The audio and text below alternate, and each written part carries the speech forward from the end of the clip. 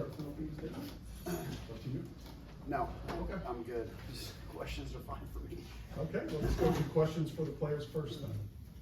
Hey, Luke, can you just maybe walk us through your experience coming in there and jams every inning, but how were you able to work your way out of those? Yeah, just trying to make pitches when it really matters, get my team off the field. I mean, guys are playing great defense behind me today as well. Dylan Carey made some good plays, so yeah, it makes it a lot easier to make pitches when you know you got good defense behind you. So just trying to keep working.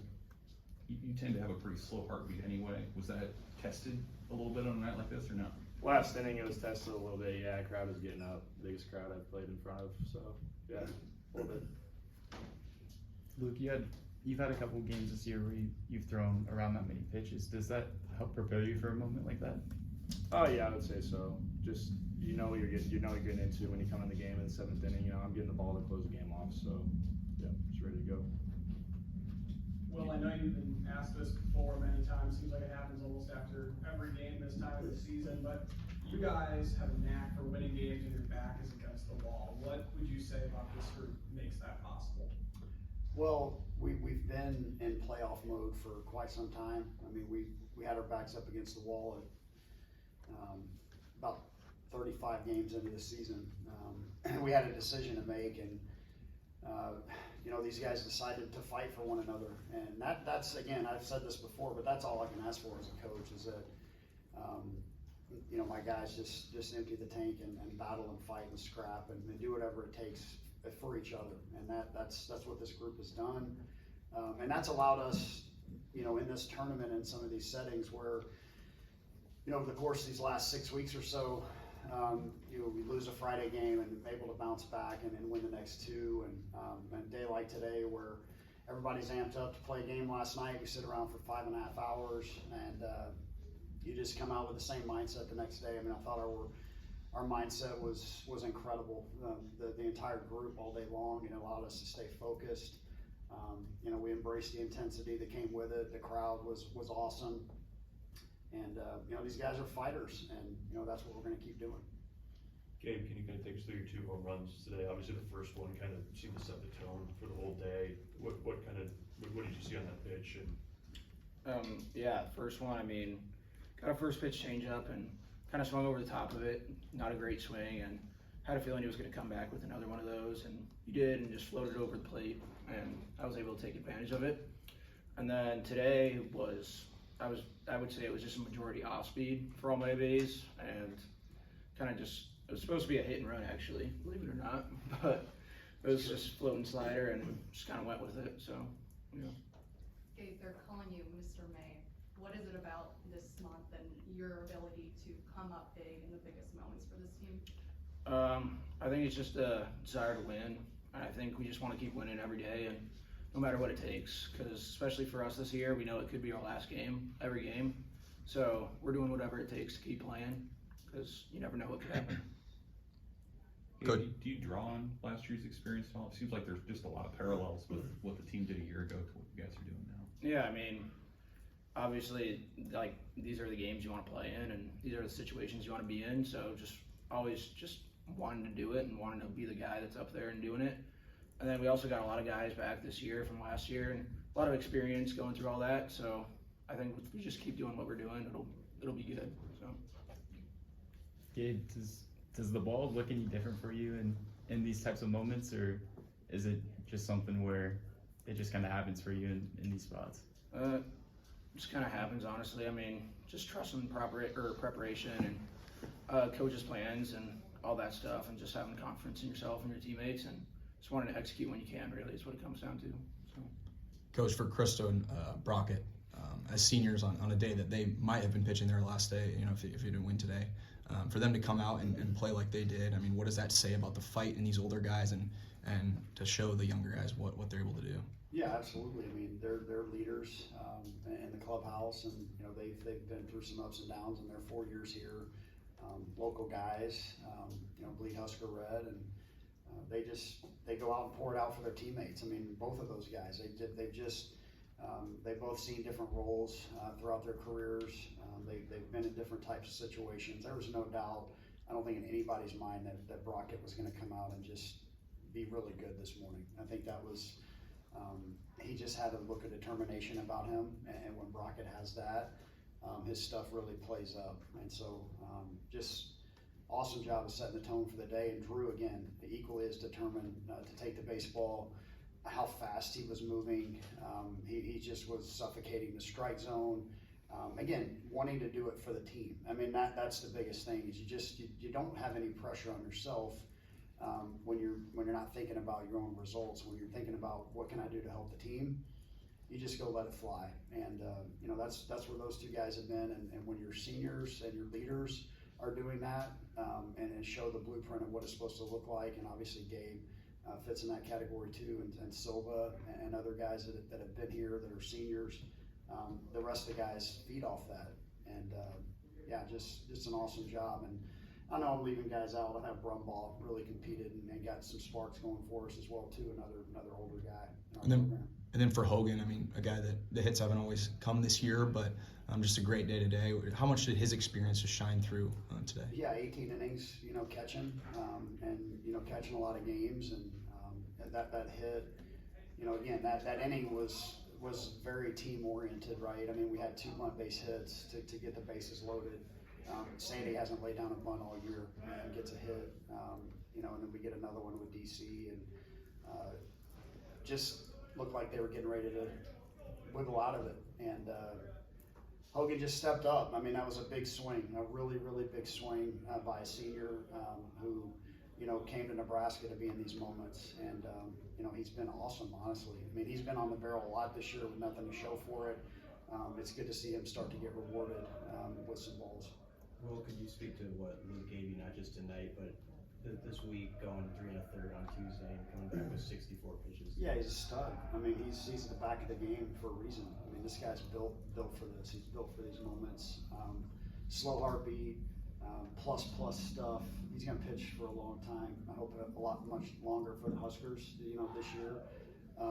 But yeah, I mean, he's just we can put him in any situation, and he's gonna thrive. And again, doing it for the team.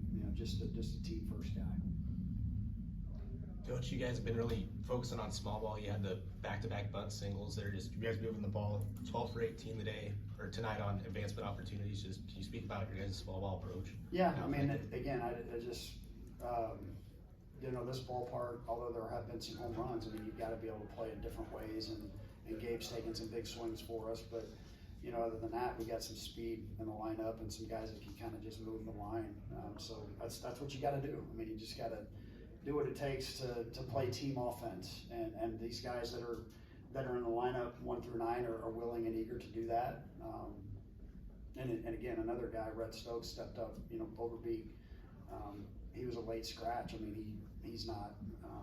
He's got an ankle that he's dealing with right now, and so he wasn't available to play. I mean, that guy's been pretty valuable to us, and it's a luxury to have a guy like Stokes to come off the bench and not miss a beat. Do we have any more questions for players before we let them go? Gabe, you guys have been in this position before in this tournament. I mean, how would you just describe the tournament and just the competitiveness of it?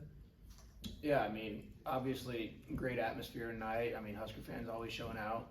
But I feel like you just got to step it up a notch. I mean, for us this year, I feel like our back's been against the wall every game. I mean, not the highest ranked seed this year, but just keep coming out with the same fight and same competitiveness, and good things will happen. So. And Gabe, how much fun, you talk about the team approach offensively, how much fun is that to watch the other guys do what they do? And then could you touch on your celebration? Did you fall over what happened there? I did slip and fall at the end of that, so that was pretty good. But yeah, I mean, obviously, I think we had double-digit hits again tonight. So it's just something to say about our offense, and it's not just one person in the lineup.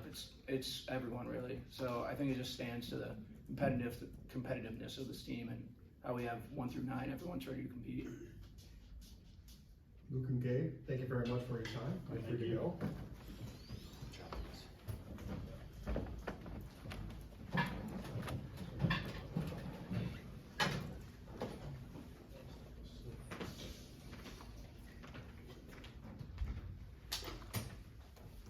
When you're trying to line up a day like today, and you got to win 2 games, is there something that as a coach you're kind of looking for, maybe early in the first game, or something that it's gonna be a good day that day for you, or what are you kind of looking for? Yeah, I mean, I think there's always tone setters, and we had that, Brockett again, like I said, I mean, he really set the tone on the mound with his presence and his attack in that first inning, set the tone, and then Gabe's swing. I mean, again, we've seen so many of those from him, in the stadium, just sparked us, and it gives you a lot of confidence because, you know, their left-hander hasn't given up many of those, and we put a lot of pressure on them, and our guys were really determined, and you know, our resume, you know, what is it now, we're 5 or 6-2 against top 25 teams and top RPI teams, and we beat a lot of really good teams, so I knew we were up for the challenge today. It's nothing that we haven't seen, and then the key is just the response right after the first game, and looking for that response, and again, just like I said, sparking the team with the big hit that I think in that second game was huge when we loaded the bases with 2 outs and we were able to scratch a couple across with Hogan's hit. How do you see your pitching setting up for tomorrow generally? And then also, what do you remember about that series at UCLA early in the season? Yeah, there was, you know, it was a highly, I know we got swept, but it was a hotly contested series, I thought. I mean, I thought Walsh pitched great in game 1. All the games came down to the late innings. Jumped out to a lead on Sunday and it didn't hold up, but they were competitive games. I'm really impressed by their team. I mean, I said that when we played them there. There's no surprise that they were co-champs in the league, leading that 12-day road trip that we had out west. We understood that they had a really good team, so excited to get another opportunity to battle with them tomorrow. Was that series kind of around the time when somebody referred to it, you kind of had to make a decision about how you were going to compete this year? I mean, was it about that time? Yeah, I mean, because again, that feels like a different season ago, honestly. I mean, it's like a fever dream, that trip where you're, you know, on the bus for 7 hours a day, and, you know, just there's a lot of weird stuff. And it didn't start off great, right? I mean, you leave that series 1-5 in league play, and we were pretty anemic offensively at that point in time, and so we had a decision to make. We had to flip the mindset of the group, but I thought at that point in time the pitchers were at a good spot, and we just needed to kind of flip the script, you know, offensively to just get going and to prove that we were, you know, not going to just give in to the circumstances, because it would have been easy to do that at that point in time. So yeah, I mean, it was a collective choice that these guys made. It's important to them. Even when we weren't winning games, it wasn't from a lack of effort. It just, you know, we ran into some good teams and we were on the wrong side of some big hits. And so we stayed together. And that, again, I've said it once, I've said it 100 times. Like, it's all I can ask. Like, any coach, just ask of their players to get after it and to have people watch their team and say, those guys, they give it everything they have. And I'm proud of the decision that they've made, and we just got to keep it going. I know you touched on it briefly, but for the fans to show up 3 times in 24 hours, I mean, what's your message to them, and then what's your message to them for tomorrow? They're making a huge difference. You know, we've played great in this ballpark, in this setting, and it's a large part to not just being here, but being loud. I mean, there's a huge difference. I mean, we have, this crowd has been loud. We had the chants going. I mean, we've kind of maybe sped up the opponent's hitters in some big situations where, you know, the crowd's being loud. That's important. It's really important, and we love the support. Again, 9 a.m. game this morning, you could really feel it. I mean, there was a buzz in the stadium last night. They were sticking around for all 5 hours that they were here until we had to be told to go home. So why not sell out tomorrow, huh? I mean, let's got a big game. You know, we've been here before. Hopefully we can keep the game at 2 p.m. this time and then not move it up. And let's do our best to sell out and then fill the stadium with red. The thump you have in the middle with guys like Gabe, how valuable does it make it for you that you can stack speed at the top with guys like Robbie and Riley? Yeah, it is, and it was a hit and run, his home run, because, you know, Broball's on first base. I thought at the very least we could steal a bag if there's a swing and miss involved. But yeah, I mean, he's at the plate with guys, you know, that can get around the bases when if he has an extra base hit, and that goes for those guys in the middle. I mean, you know, Sanderson's done a nice job, and Carey, and Nunez, some of those guys in the middle of the order, have done a nice job, and they've got those table setters there. Moved Bolin up today. He put pressure on the defense, maybe not anything to show for it, but, those guys are all grinding. Coach Horn start that conversation for you guys? What's that? Does Horn start that He'll be conversation? right for at you the guys? very top of the conversation. Haven't officially decided yet. How much time did you have with Overbeek to scratch him? Was it like 20 minutes? Yeah, pretty much. Yeah. I mean, he was hurting pretty bad after. I mean, he finished the game just from pure adrenaline. The first game, kind of hobbling around, and I think it was when he was rounding second and fell. Just kind of felt something there. So we were hoping to play him. It became pretty obvious he was going to try to do it, but it just wasn't moving around great. So Stokes is ready. Coach, you mentioned Devin stepping in. He kind of a rough stretch for the back half of the season, but I mean, he had 2 hits at the end of the game. It looked like you said something to him before his third at bat. Kind of, what was that conversation like? I think his third at bat was when they had the left-hander on the mound throwing a lot of fastballs, and just said, "You're going to get a fastball in the middle of the plate. Just be ready to hit." And so he got himself to, I think it was a 2-0 count. Didn't get over anxious and got a good pitch to hit. And it's a big boy approach, by him right there to be able to burn the left fielder on a guy throwing 94 from the left side. Last question for Coach. All right, well, thank you very much. Appreciate your time. Good luck tomorrow.